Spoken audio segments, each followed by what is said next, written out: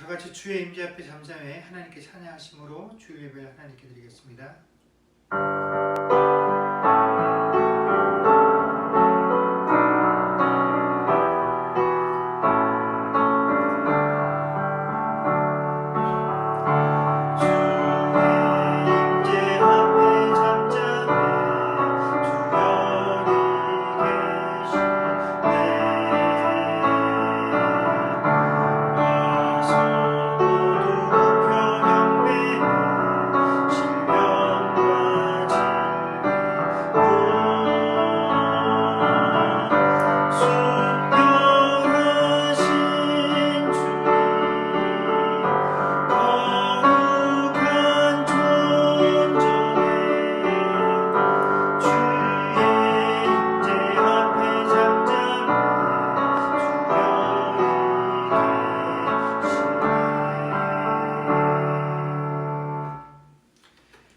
사도신경으로 신앙 고백하시겠습니다. 전능하사 천지를 만드신 하나님 아버지를 내가 믿사오며 그 외아들 우리 주 예수 그리스도를 믿사오니 이는 성령으로 잉태하사 동정녀 마리아에게 나시고 본디오 빌라도에게 고난을 받으사 십자가에 못 박혀 죽으시고 장사한 지 사흘 만에 죽은 자 가운데서 다시 살아나시며 하늘에 오르사 전능하신 하나님 우편에 앉아 계시다가 저리로서 산자와 죽은 자를 심판하러 오시리라. 성령을 믿사오며 거룩한 공예와 성도가 서로 교통하는 것과 죄를 사하여 주시는 것과 몸이 다시 사는 것과 영원히 사는 것을 믿사옵나이다. 아멘. 찬송가 235장 찬양하겠습니다.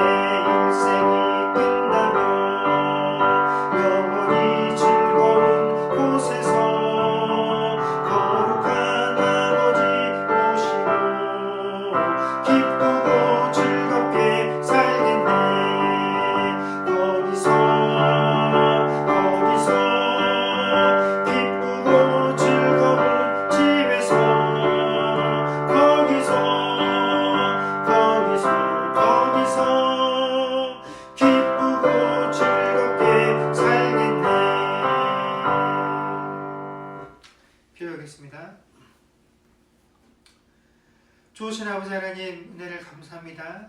지나간 한 주간에도 하나님께서 주의 사랑하는 백성들을 주의 품 안에 품어주시고 그들에게 주어진 삶과 환경과 또한 삶의 처지 가운데서 하나님께서 늘 동행하여 주시며 건강함과 평안함으로 동행하여 주셨다가 오늘 거룩한 주의 날을 맞이하여 자신들이 처한 처소에서 하나님께 예배드릴 수 있도록 하여 주시니 주여 감사를 드립니다. 하나님, 우리가 살고 있는 오늘날 우리의 삶의 환경들이 하루하루가 참으로 힘겹고 어려운 삶인 것을 고백합니다. 단순히 육신의 질병의 문제뿐만 아니라 이 질병이 주는 공포로 인하여 우리가 대면하는 사람들 한 명 한 명, 또 우리에게 주어진 환경 속에서 내가 언제 어느 때에 알지 못하는 상황 속에서 이유 속에서 이 질병에 노출될까 하는 그런 근심과 걱정들, 또 나를 떠나 있는 내 자녀들이 그들의 삶의 환경은 어떠한지, 또 내 품 안에 있는 자녀들도 학교에서 어떤 친구들을 만나서 어떤 상황 가운데 놓일지 우리가 아무것도 예측할 수 없기 때문에 그 예측할 수 없다라는 상황 속에서 주어지는 어려움들이 우리의 삶을, 우리의 환경들을 더욱더 어렵게 하고 있는 것을 저희가 고백합니다. 하나님, 우리가 무엇 하나 막을 수 없고 우리가 무엇 하나 예측할 수 없는 이런 상황과 시대 속에서 참으로 하나님께서 우리의 주인이 되어주시며 우리의 삶에 늘 동행하시며 안전함으로 동행하여 주신다는 그 사실 자체가 우리에게 또한 큰 기쁨과 위로가 되어질 수 있는 주의 백성들 되게 하여 주셔서 하나님, 어떤 상황 가운데 있든지 간에 주께서 우리의 삶을 주관하신다는 그 사실들이 우리에게 위로와 평안을 줄 수 있도록 하여 주옵시고, 또한 우리가 힘들고 어렵고 그 척박한 삶 속에서 애쓰다가 또다시 주일을 맞이하여 하나님께 예배드릴 수 있도록 모여 계셨사오니 오늘 이 예배 시간들을 통하여 하나님께서 우리 한 사람 한 사람들이 예배하신 그 은혜의 복들이 아버지 온전히 누려지고 고백되어질 수 있는 그런 귀한 시간들 되어지게 하여 주시옵소서. 하나님, 우리가 오랜 시간 동안 벌써 비대면으로 예배를 드리고 있습니다. 하나님, 이러한 예배의 환경과 또는 신앙의 환경들 가운데서 우리가 쉽게 지치고 낙심하고 또는 절망하지 아니하도록 하나님, 우리가 정말로 이런 환경과 우리에게 주어진 조건들을 바라보는 것이 아니라 어떤 환경과 어떤 조건 가운데서도 늘 우리의 경배와 우리 예배 바치기에 합당하신 그 하나님 한 분만 바라보며 우리에게 주어진 이 시간들을 인내하며 나아갈 수 있는 주의 백성들 되게 하여 주시옵소서. 하나님, 오늘날 우리가 살고 있는 이 삶의 모습들이 참으로 광야길을 걷고 있었던 그 이스라엘 백성들의 삶과 비교되어질 것입니다. 하나님, 이스라엘 백성들이 낮에는 구름 기둥으로 밤에는 불 기둥으로 하나님께서 그들을 한시도 떠남이 없이 인도하여 주고 계신다라는 그 사실들이 그들을 보고 느끼고 알고 있음에도 불구하고 그들은 하나님께서 자신들을 인도하시고 계신다라는 그 사실에 만족하고 기뻐하는 삶이 결코 살지 못했습니다. 하나님, 항상 그들의 삶 가운데 부족한 것들로 하나님 앞에 나아가며 하나님을 원망하고 왜 내가 이러한 삶을 살아야 하는지에 대해서 왜 나에게 이렇게 척박한 환경들이 주어졌는지에 대해서 늘 하나님께 불평하고 원망하고 또 의문을 가졌던 것이 이스라엘 백성들의 모습인데, 하나님, 오늘날 하나님의 인도함을 받고 있는 우리들의 모습들이, 우리의 신앙들이 혹시 그 광야길을 걷고 있는 이스라엘 백성들의 모습은 아닌지요? 하나님께서 분명히 우리의 삶을 주관하시며 나의 구주가 되시며 나를 밤낮으로 보시며 인도하신다는 그 사실들을 알고 있음에도 불구하고 우리에게 주어진 환경과 또 나에게 벌어지는 그 일들로 인하여 하나님께서 온전히 내 삶의 주인 되어주시며 가장 선한 길로 나를 인도하고 계신다는 그 사실에 만족하거나 기뻐하지 못하고 이 조그마한 아픔과 불편함들로 인하여 늘 하나님께 원망하며 불평하며 의문을 품는 그런 인생들이 되어지지 않게 하나님, 이 시간에 참으로 우리가 선하고 악한 것들을 분별하며 무엇이 참으로 하나님께서 나에게 베풀어 주시는 은혜인지를 분별할 수 있는 아버지 하나님, 그런 사람들이 되어질 수 있도록, 그런 주의 자녀들이 되어질 수 있도록 주여 역사하여 주시옵소서. 우리에게 주어진 이 어렵고 힘든 시간들이 모든 사람들에게 동일하게 여겨지는 것들이 있지만 이 시간들을 어떻게 채워나갈 것인지 하는 것이 아마 우리들의 믿음의 모습들일 것입니다. 하나님, 이 어렵고 답답한 시간들 가운데 하나님, 정말로 강제적으로 우리가 세상의 모든 것들을 멈추고 나 혼자서 나의 삶을 돌이켜봐야 되는 이 상황 속에서 우리가 얼마나 이 내 삶들을 가지고 하나님 앞에 나아가는 삶들을 살고 있습니까? 얼마나 우리의 인생들과 내 삶들을 놓고 하나님 앞에 내어놓고 하나님 말씀에 비추어 그동안 나의 삶들을 돌이켜보는 그런 시간들을 가지고 있습니까? 하나님, 우리에게 주어진 이 시간들 참으로 허투루 허비해버리는 그런 시간들이 되어지지 아니하도록 하나님, 주의 백성들이 깨어서 아버지 하나님 이 시간들을 하나님 옆에 내어놓으며 하나님께로 더욱더 진지하고 더욱더 깊이 나아갈 수 있는 그런 시간들이 되어지게 하여 주시옵소서. 하나님, 그럼에도 불구하고 우리 인생들은, 우리의 삶은, 우리의 시간들은 흘러가고 있습니다. 이 어렵고 힘든 상황 속에서도 우리는 여전히 미래를 예비해야 되고 오늘날 우리에게 주어진 삶을 충실하고 또 열심히 성실하게 살아나가야 하는 그런 숙제들을 우리가 이 땅에서 안고 살아가게 됩니다. 하나님, 그러하오니 주의 백성들에게 늘 영육간의 강건함들을 허락하여 주셔서 우리에게 주어진 이 삶을 건강하게 감당할 수 있도록 주께서 은혜로 함께하여 주시옵소서. 각 지체들이 아버지 하나님 이 팬데믹의 위험뿐만이 아니라 아버지 하나님 크고 작은 육신의 연약함들을 가지고 있습니다. 하나님, 그 육신의 연약함들로 인하여 우리에게 주어진 삶들이 어렵지 아니하도록 강건함들을 허락하여 주옵시고 또한 경제적인 문제들로 인하여 궁핍하지 않도록 주께서 인도하여 주시며 또한 우리의 어린 자녀들이 아버지 하나님 이 어렵고 힘든 시기들을 아버지 잘 넘어갈 수 있도록 우리 어린 자녀들에게 하나님의 마음들을 허락하여 주옵시고 아버지는 그들의 인생 가운데 이 땅에 주어지고 보여지는 것들이 다가 아닌 하나님께서 모든 것들을 주관하시며 인도하시는 분이시라는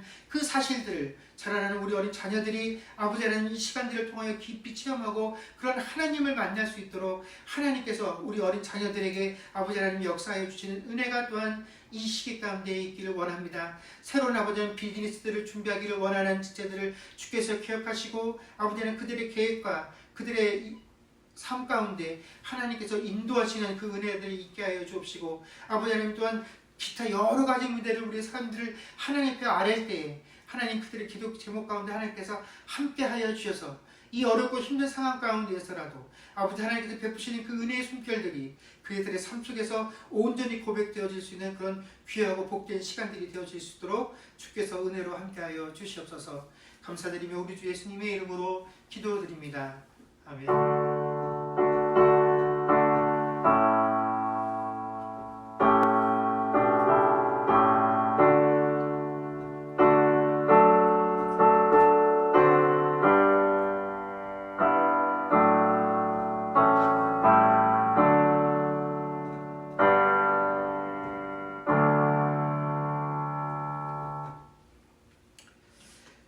교회 소식 전하겠습니다. 저희가 빨리 함께 모여서 예배 드릴 수 있는 그런 교제의 기쁨들을 나눌 수 있는 시간들이 허락되어졌으면 좋겠고 또 교회 소식을 전하는 이 시간에도 더 다양하고 좋은 소식들을 함께 나눌 수 있는 그런 시간들이 속히 저희들에게 허락되어졌으면 좋겠는데 매번 똑같은 소식들을 전하게 됨을 안타깝게 생각을 합니다. 2월 달만 해도 3월이 되면 금방 우리가 예배 환경들이 회복될 것 같이 예상들을 했었는데 언제 또 이것들이 되어질지 우리가 아무도 예상할 수 없고 예측할 수 없는 그런 시간들을 보내고 있습니다.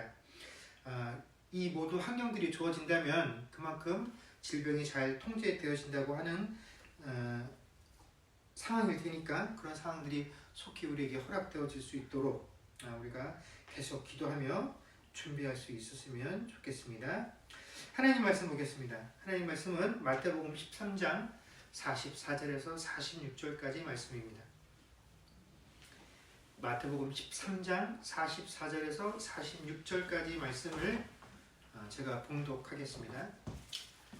천국은 마치 밭에 감추인 보화와 같으니 사람이 이를 발견한 후 숨겨두고 기뻐하며 돌아가서 자기 소유를 다 팔아 그 밭을 사느니라. 또 천국은 마치 좋은 진주를 구하는 장사와 같으니 극히 값진 진주 하나를 발견하매 가서 자기 소유를 다 팔아 그 진주를 사느니라. 아멘.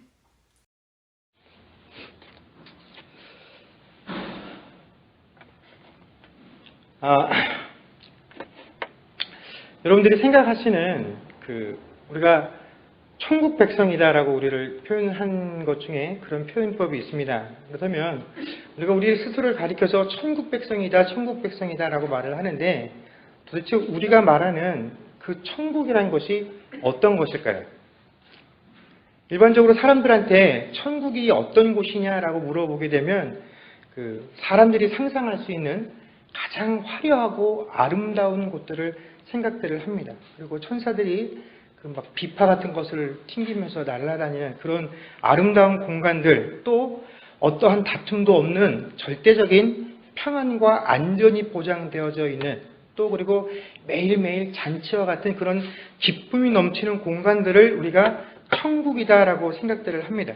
그렇기 때문에 사람들은 이 천국을 어떤 식으로 받아들이고 있냐면, 사람들이 가지고 있는 어떤 그 가치가 최고의 이상향에 도달할 수 있는 곳, 그런 곳을 천국, 또 다른 말로 뭐 유토피아니 파라다이스니 하는 표현으로 이 마치 천국이라는 것을 생각들을 하고 표현을 한다라고 이해들을 합니다. 그러다 보니까 사람들은 이 천국을 어떤 식으로 받아들이고 있냐면, 우리가 현실 세계에서는 경험할 수 없는 것, 그래서 마치 영화나 어떤 미술, 음악 같은 것으로만 표현되어질 수 있는 것들을 천국이라고 생각을 하거나, 혹은 사람이 죽은 다음에야 도달할 수 있는 어떤 지금 현세에서는 도저히 만질 수도 누릴 수도 없는 그런 이상향을 가리켜 우리가 천국이다라고 이해를 한다라는 것입니다. 그러다 보니까 뭐 꼭 기독교뿐만 아니라 다른 종교에서도 그들이 천국과 같이 생각하는 그런 이상향에 도달하기 위해서 살아있는 동안에, 죽어서 그곳에 가기 위해서 살아서 항상 뭔가 남들보다 더 정직하고 도덕적이고 이타적인 삶을 살아야 하는 기준과 조건들을 가지고 열심히 나름대로 이 땅에서 신앙생활들을 해 간다라는 것입니다. 그러나 우리가 배우고 있고 우리가 믿고 있는 이 기독교에서, 특별히 성경은 천국을 사람들이 도달해야 할 어떤 이상향이거나 혹은 죽어서 도달할 수 있는 곳이다라고 말하지 않고, 그 나라가 우리에게 임하는 것이다라고 가르쳐주고 있다라는 것입니다. 그래서 예수님께서 이 땅에 오신 이후에 첫 번째로 선포하셨던 내용이 뭡니까? 회개하라, 천국이 가까이 왔느니라 라는 내용입니다.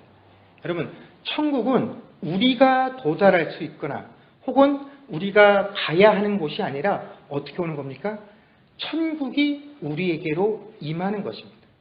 천국이 우리에게 찾아오고 다가오는 것이 세상 사람들이 생각하고 있는 그 어떤 좋은 것과는 대비되는 성경적인 천국의 모습이다라는 것입니다. 즉, 천국이란 어떤 곳이냐? 하나님의 법령이, 하나님의 율법이, 하나님의 말씀이 선포되어지고 그 하나님의 말씀이 하나님의 법으로서 다스려지고 있는 공간, 그리고 그 안에 소속되어 있는 사람들이 그것을 우리의 최고의 법으로 여기고 순종하는 곳, 그곳이 바로 하나님의 나라, 천국이 된다라는 것입니다. 그렇기 때문에 우리는 얼마든지 현세의 삶, 우리가 살고 있는 이 땅에서도 천국을 살 수 있고 또 살아야만 한다라는 의무가 있다라는 것을 우리가 기억을 해야 합니다. 그렇기 때문에 이렇게 천국이라는 것이 그냥 좋은 곳을 의미하는 것이 아니라 하나님의 통치가 이루어지는 범위라는 것을 우리가 감안할 때, 우리가 이 천국이라는 곳에 대한 개념을 하나 바꿔야 되는 게 뭐냐면, 우리가 이 천국을 우리가 어떻게 이 세상에서 열심히 살았을 때 그 열심히 산 삶에 대한 보상으로서 주어지는 것이다라는 생각들을 바꿔야 한다라는 것입니다. 특별히 예수님께서 오셨던 그 1세기 무렵 유대인들에게 이런 개념들이 굉장히 강했습니다. 바벨론 포로 시대 이후로 유대인들은 끊임없이 이방 민족들에게 압제를 당하고 그들에게 피지배 민족으로 살아야만 했었죠. 예수님께서 오셨던 그 당시만 해도 그들은 로마에게 지배를 받고 있었던 상황이었습니다. 그러면서도 이 유대인들 마음속에 한 가지 기대와 소망이 있었는데, 그게 뭐냐면 언젠가는 자신들의 메시아가 오셔서 이렇게 이민족에게 압제당하고 있는 자신들을 국가적으로, 정치적으로 해방시켜 주실 것이고, 우리가 자유를 누리고 그동안 우리가 당했던 이 모든 압제와 서름들에 대해서 보상받게 되는 시기가 오게 될 것이다 라고 믿었다라는 것입니다.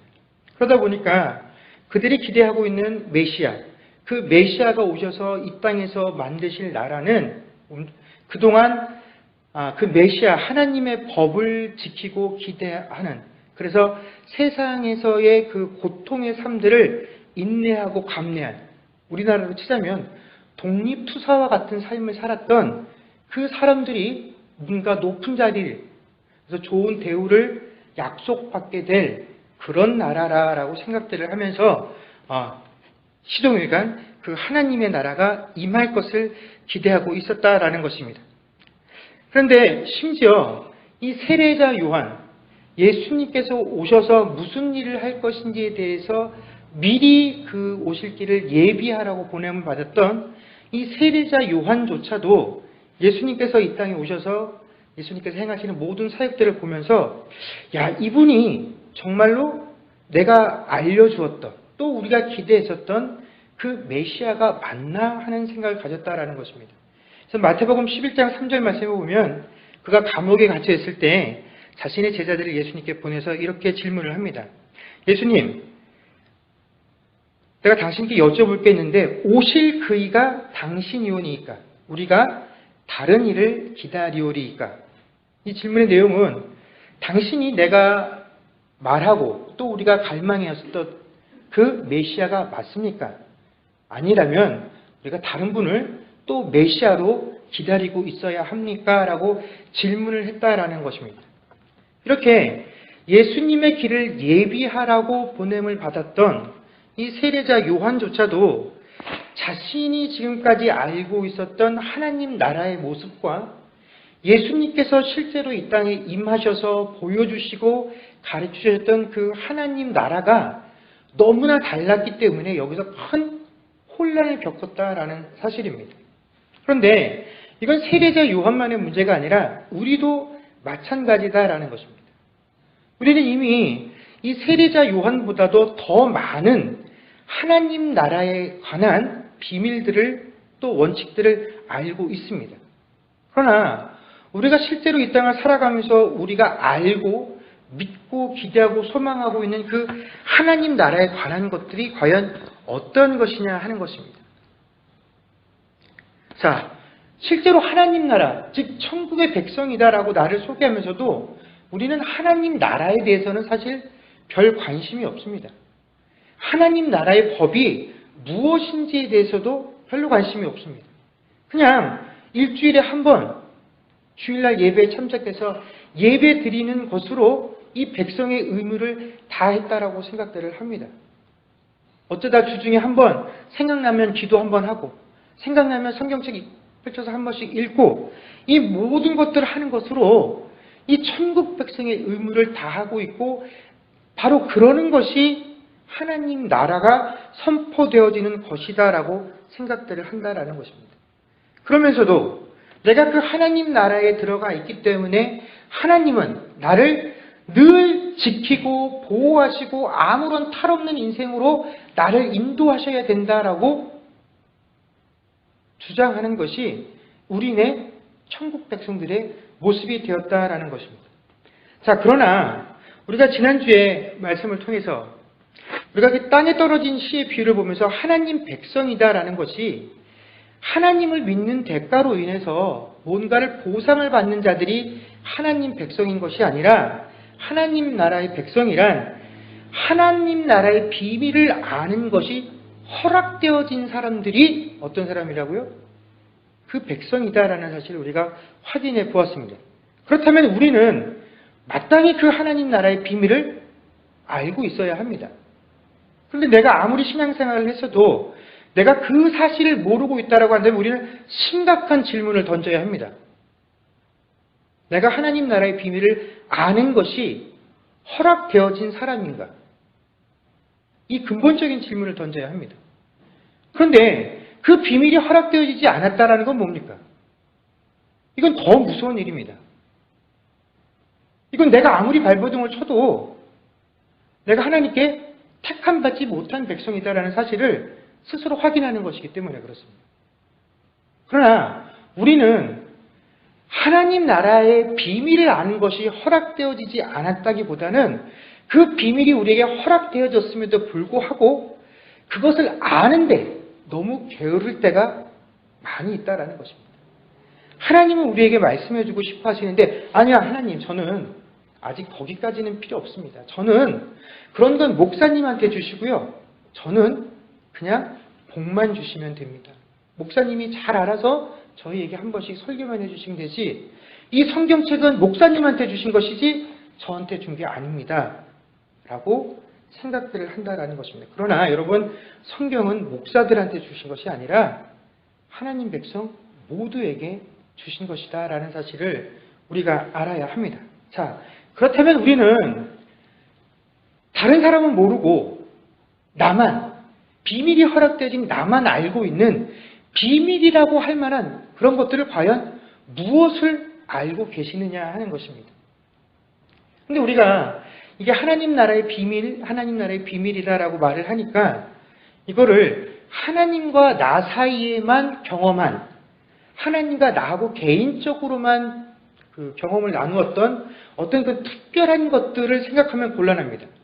왜냐하면 하나님 나라의 비밀이라는 것은 모든 사람이 알 수 있는 것이 아니라 허락되어진 자들만 알 수 있다라는 의미에서 비밀이다라고 말하는 것이지, 하나님 나라의 백성들에게는 결코 비밀이 아니라 뭡니까? 모든 사람들이 알아야만 하는 일반적인 논리가, 일반적인 법칙이 바로 우리가 알아야 할 하나님 나라의 비밀이다라는 것입니다. 그럼 우리가 먼저 알아야 될 하나님 나라의 비밀, 그 첫 번째는 뭐냐? 그것은 우리가 세상에서 가장 큰 보화를 가졌다라는 사실입니다. 오늘 저희가 읽었던 44절에서 46절까지 말씀은 이 천국이란 무엇이냐를 비유로 설명한 두 가지 비유를 소개하고 있습니다. 거기 보면 44절의 천국은 마치 밭에 감춘 보화와 같다라고 성경이 설명을 하고 있습니다. 여러분, 왜 보화를 밭에 감추었을까요?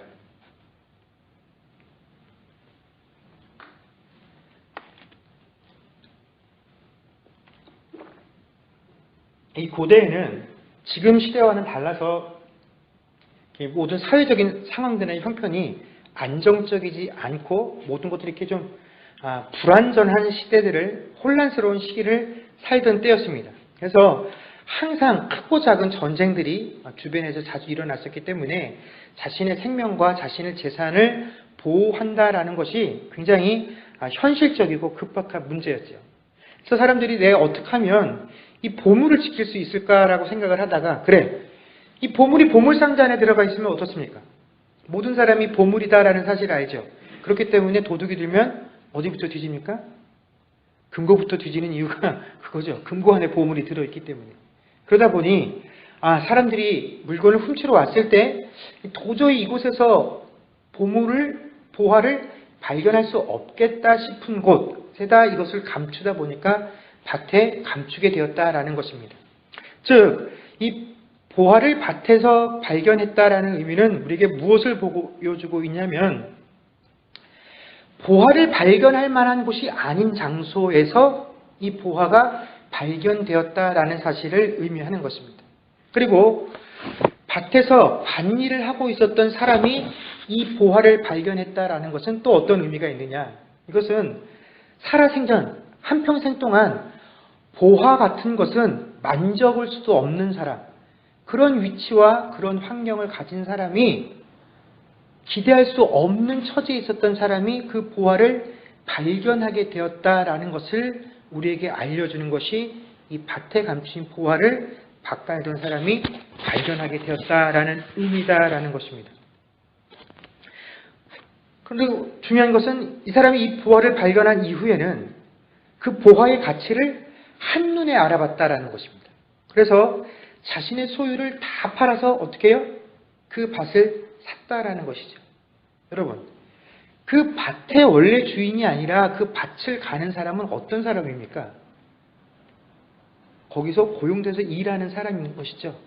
그 사람이 재산이 얼마나 많으면 그 밭을 살 수 있겠습니까?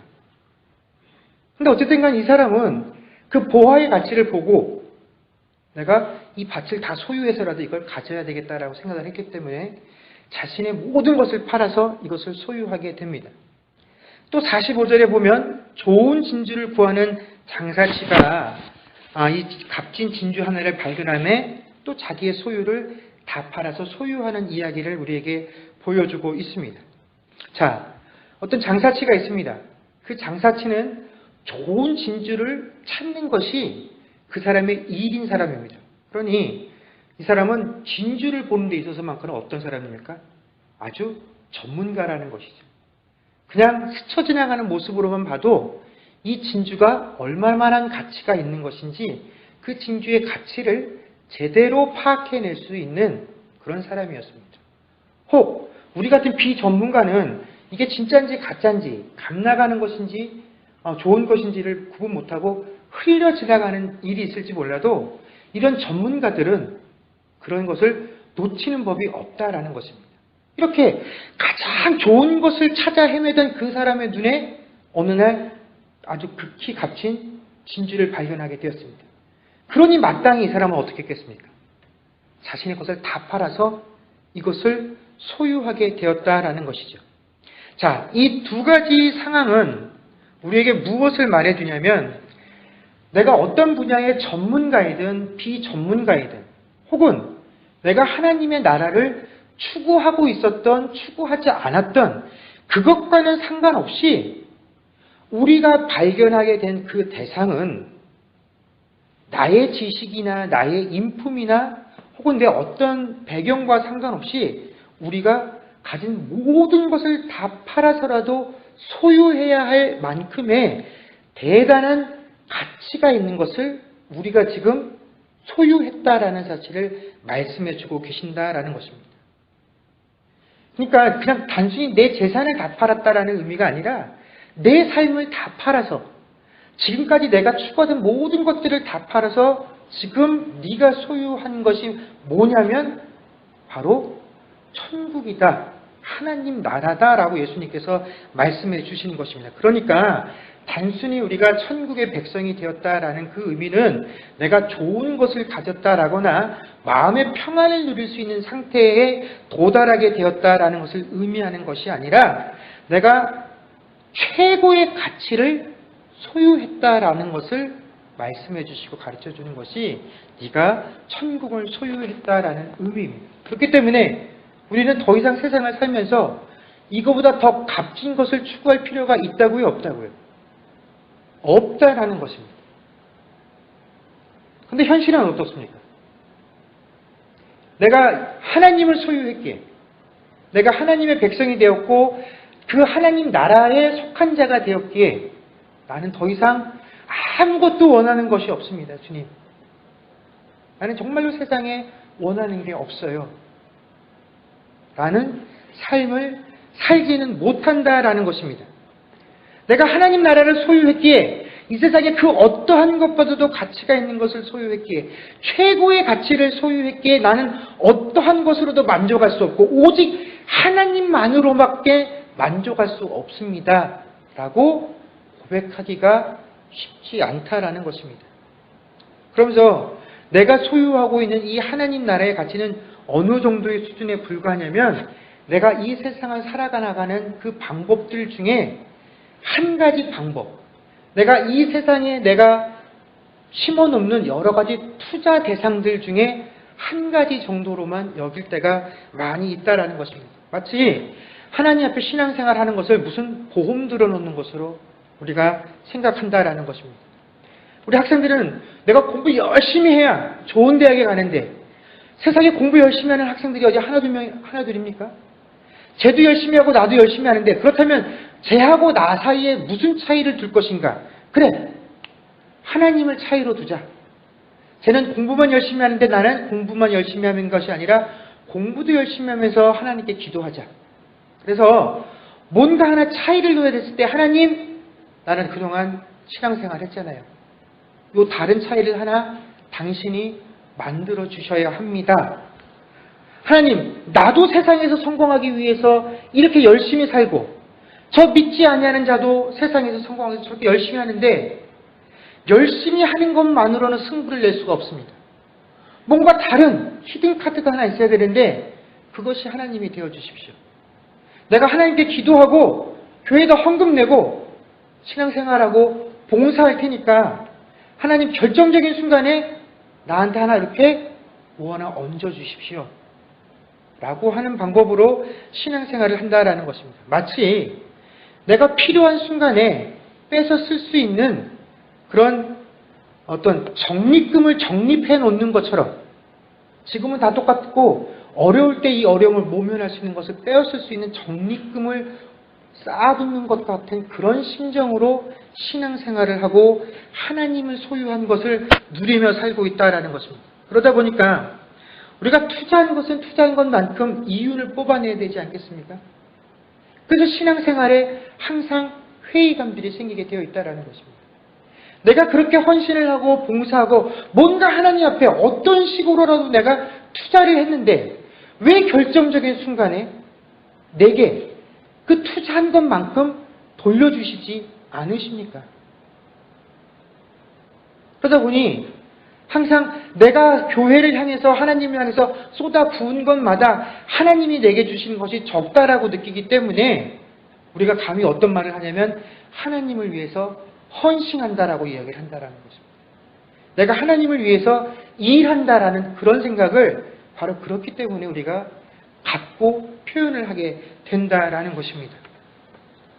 여러분, 하나님께서는 우리에게 분명히 너희가 하나님 나라의 백성이 되어졌다라는 그 사실 자체가 이 세상에 그 어떠한 것보다도 값진 것을 소유한 것이다라고 분명히 말씀해 주고 계십니다. 너희가 최고의 것을 얻었기 때문에 더 이상 무언가를 세상에서 추구할 필요가 없다라고 이야기를 하시는데, 우리는 항상 하나님께서 우리에게 그 하나님의 나라를 쥐어줬음에도 불구하고 항상 하나님께 부족하다라고 이야기를 합니다. 하나님, 더 주어주셔야 됩니다. 내 삶에 더 부어주셔야 합니다. 더 채워주셔야 합니다. 라고 하는 것이 우리 신앙의 본질이 되어버렸다라는 것입니다. 여러분, 이건 세상 사람들이 우리들의 모습을 보면서 그래, 네가 세상에서 살던 모습들 다 포기하고 세상에서 너에게 유익주던 것들 다 포기하고 결국 예수 믿는다고 쫓아가더니 네 삶의 모습이 지난날보다 좋은 게 뭐가 있냐? 네가 우리보다 더 부자가 되었냐? 네 자식이 우리보다 더 성공을 했냐? 네 지위가 나보다 더 높냐? 라고 묻게 되었을 때 우리가 그 말에 대해서 대꾸하지 못하지 않습니까? 침묵하게 되는 그 상황 자체가 이미 우리가 하나님은 우리에게 세상에서 가장 값진 것을 우리 손에 쥐어주셨다라고 말하지만 우리 스스로 거기에 대한 확신이 없는 것, 이것이 지금 하나님 나라의 비밀을 허락받은 우리들의 실제적인 모습이다라는 것입니다.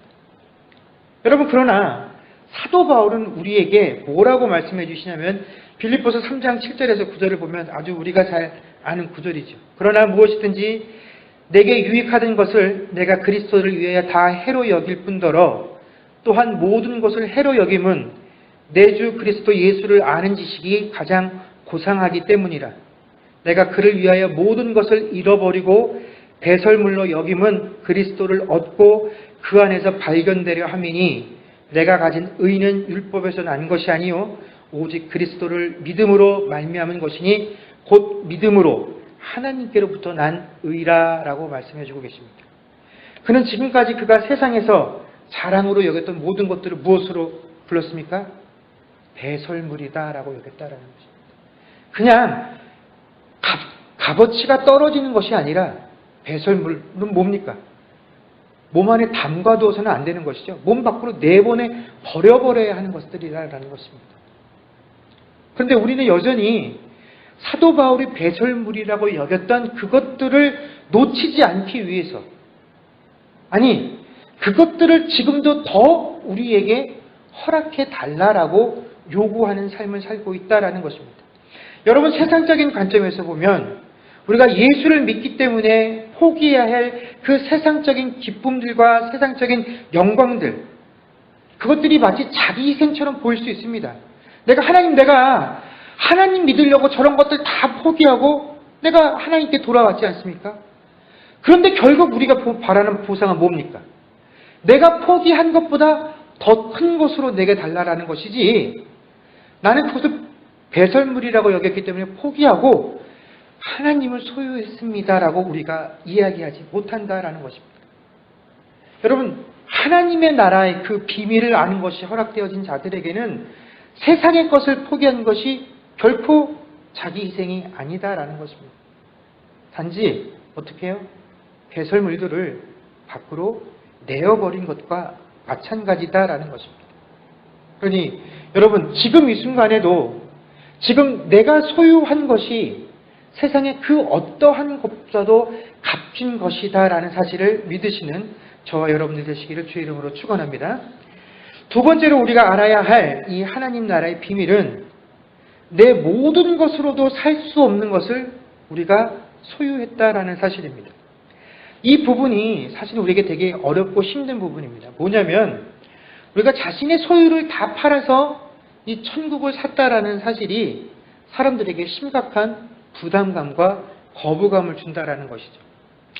예수를 안 믿고 평안하게 살고 있던 사람들한테 지금 네가 누리고 있는 그 모든 것들을 다 팔아서 하나님 나라 백성이 되어야 한다라고 한다면 여러분, 누가 그것들을 그렇게 순순히 받아들이겠습니까? 우리가 잘 아는 것처럼 부자 청년이 모든 것을 율법을 다 지켰다라고 자신하면서도 그 재물을 팔라라는 요구 하나에 스스로 시험에 들지 않았습니까? 여러분, 그런데 이것은 우리들의 심각한 착각이다라는 것입니다. 이게 뭐냐면 여러분, 우리 중에 누가 혹시 내가 가진 것을 다 팔면 천국을 살 수 있다라고 생각하는 사람이 있습니까? 이건 불가능한 일입니다.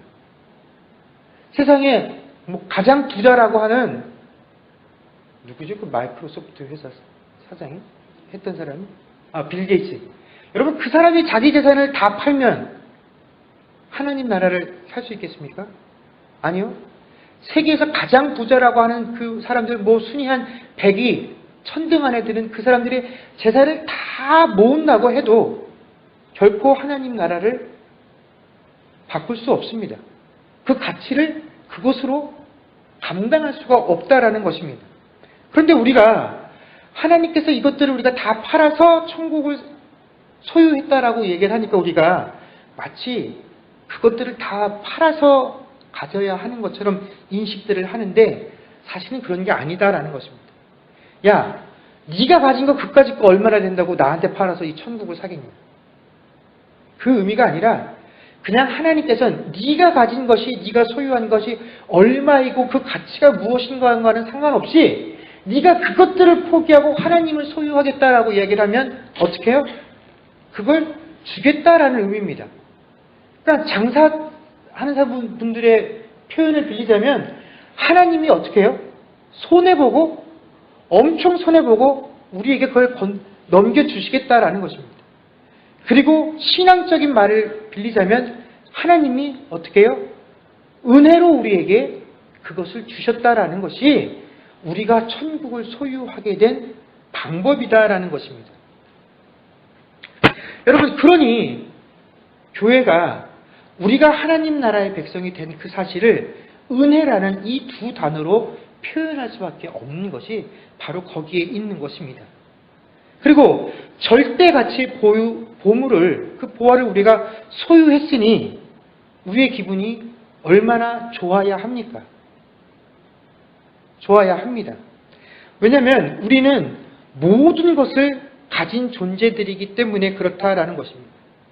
그래서 그 모든 것을 다 가진 사람이기 때문에 실제로 이 세상을 살면서 내가 조금 손해를 보는 일이 생겼을 때에 웃을 수 있는 이유가 뭐냐면 이까짓 거? 이게 뭐 손해야? 나는 엄청 큰 보화를 가졌기 때문에 이런 건 내 인생에 손해라고 할 수도 없어라고 여길 수 있기 때문에 우리가 세상의 어려움들을 참아낼 수 있는 것이다라는 것입니다. 세상을 살아가면서 나를 힘들게 하는 존재들이 있고 대상들이 있는데 내가 그것들 때문에 영원히 상처받지 않고 그것들을 툴툴 털어버리고 지나갈 수 있는 이유는 그들이 주는 상처보다도 내 안에서 나를 더욱더 강건케 하는 절대적인 기쁨이 있기 때문에 그것들을 내가 아픔이라고 상처라고 여기지 못하고 지나갈 수 있다는 것입니다. 내가 그것들을 소유했기 때문에 힘들고 어려워하는 지체들, 저 사람 때문에 내가 힘들어, 이 상황 때문에 내가 힘들어 라고 말하는 내 옆에 형제 자매들을 향해서 야, 그까짓 것 털어버려. 그냥 툴툴 털어버려. 하고 우리가 위로를 할 수 있는 이유도 나는 나뿐만 아니라 그를 치료하고 그를 세우고도 남을 만큼의 기쁨과 더 부한 것들을 소유한 존재이기 때문에 우리가 옆에 있는 형제자매들을 일으키고 위로하고 세울 수 있는 그런 역할들을 감당할 수 있다라는 것입니다. 이것이 진짜로 하나님 나라의 비밀을 소유한 자들 많이 누릴 수 있는 삶의 모습들이다라는 것입니다. 그런데 지금 오늘날 우리들의 모습들을 보게 되면 마치 우리들 모습이 그 TV 홈쇼핑에 보면 나와서 그 물건 소개하고 파시는 분들 있죠. 그 홈쇼핑에 그분들을 호스트라고 하는데 그분들 같다라는 생각들을 하게 됩니다. 여러분 뭐 홈쇼핑에서 물건들 구매해 보신 적 있으시겠죠? 저도 물건을 사본 적이 있습니다.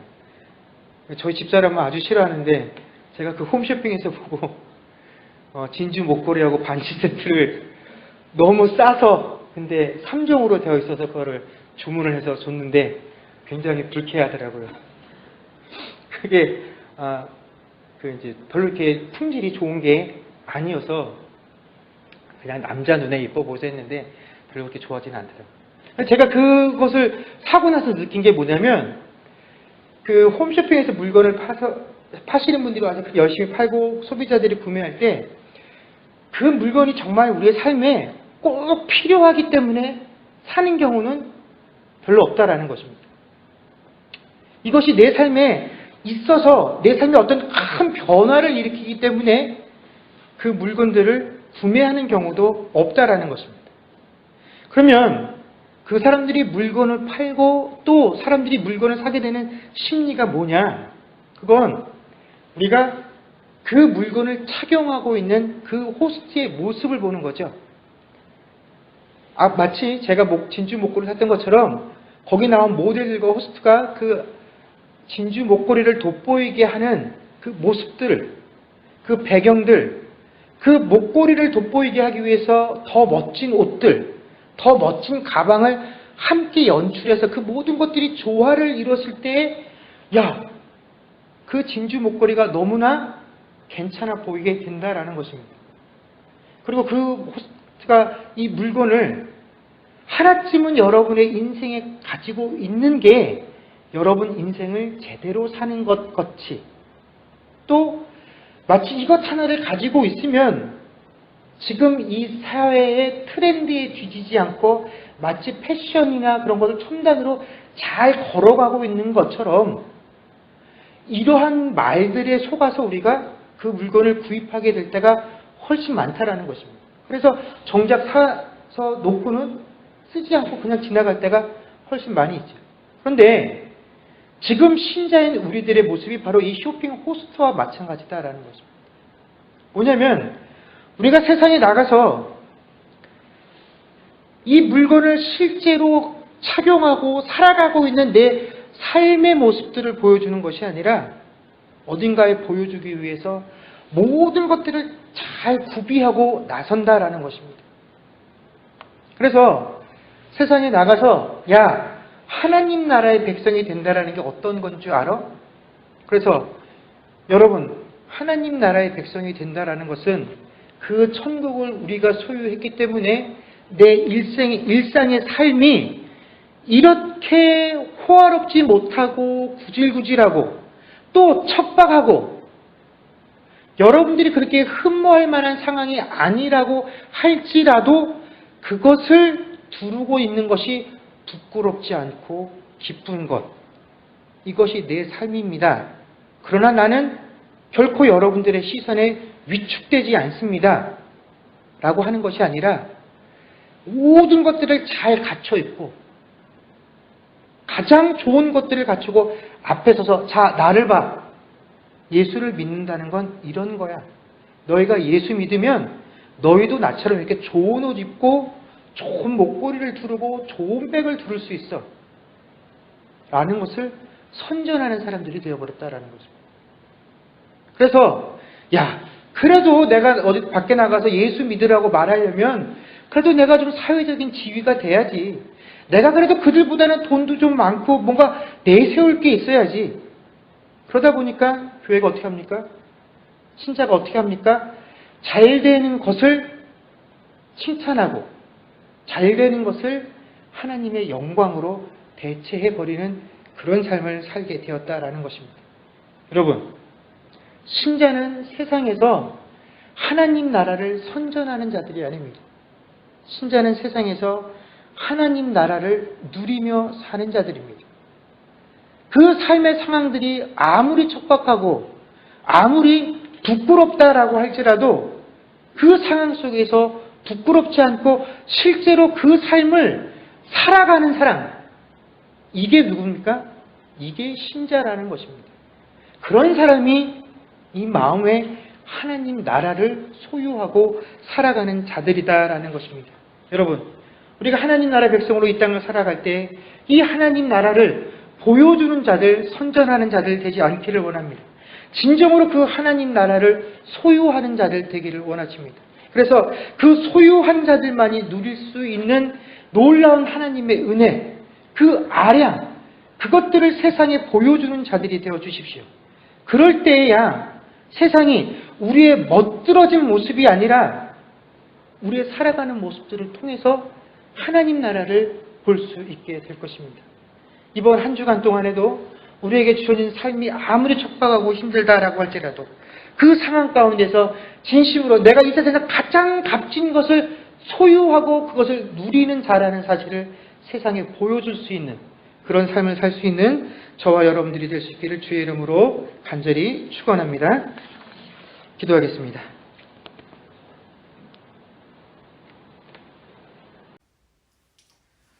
우리 주님 다시 오실 때까지 찬양하겠습니다.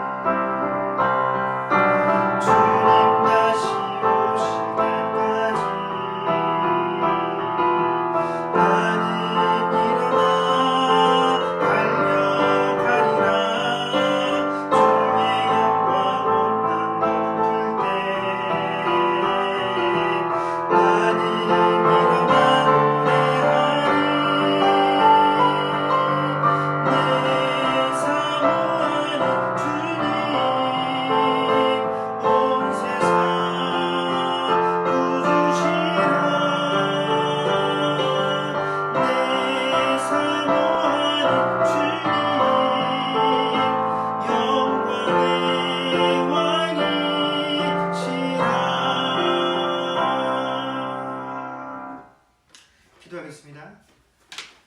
지금은 우리 주 예수 그리스도의 은혜와 하나님 아버지의 크신 사랑과 성령님의 교통하심과 충만케 하는 역사가 주의 사랑하는 백성들과 그들의 가정과 사업과 자녀들과 그 미래와 이 교회 위에 이제로부터 영원토록 함께 있을지어다.